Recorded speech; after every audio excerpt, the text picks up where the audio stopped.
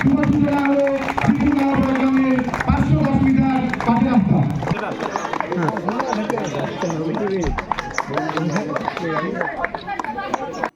দিনে 7টি রাস্তার কাজের সূচনা হলো হরিহরপাড়ায়।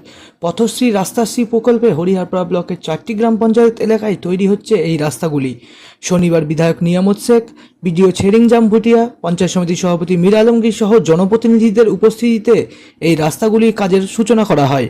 আজকে বিহারিয়া, চোয়া, আমাদের শরীফপুর, ধরমপুর, এসব অঞ্চলগুলোতে যে সমস্ত রাস্তা সব 2-3টে করে আছে, সেগুলোকে আজকে আমরা উদ্বোধন করব, কাজ শুরু হয়ে যাবে কালকে।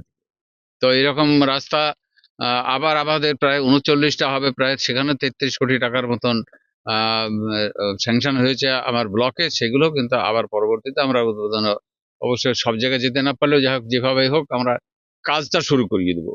তো আজকে আমার বিহারিয়া অঞ্চলে 2টো রাস্তা হলো, একটা 27 লক্ষ টাকা, একটা যেটা আমরা করে আসলাম উদ্বোধন, আর এটাও একটা আমাদের বিহারিয়া ঢুকতে এই গ্রামের এই মাঠের মধ্যেই রাস্তাটা মানুষের উপকার যাতে হয়, সেটা সেইভাবে মানবিক সরকার আমাদের মমতা বন্দ্যোপাধ্যায় সেই কাজগুলো করে যাচ্ছেন, গ্রাম অঞ্চলের দিকে নজর দিয়েছেন। তাতে আমরা খুশি, তার জন্য আমাদের মুখ্যমন্ত্রীকে ধন্যবাদ জানাচ্ছি। এদিন বিহারিয়া অঞ্চলে 2টি, চোয়া অঞ্চলে 2টি, শরৎপুর অঞ্চলে 2টি এবং ধরমপুর অঞ্চলে 1টি রাস্তার কাজের সূচনা করা হয়। হরিহরপাড়া পঞ্চায়েত সমিতির সভাপতি জানান, সব মিলিয়ে এবছর পথশ্রী 4-এ প্রায় 80টি রাস্তা তৈরি হবে হরিহরপাড়া ব্লকে। আজকে প্রায় 7খানা রাস্তা হতে চলেছে উদ্বোধন, এবং আগের দিন 6খানা করেছি। মোট 39খানা রাস্তা এই লটে আছে, এরপর আবার 30খানা রাস্তা আসছে, ট্রেনটা যেটা আজকে হচ্ছে।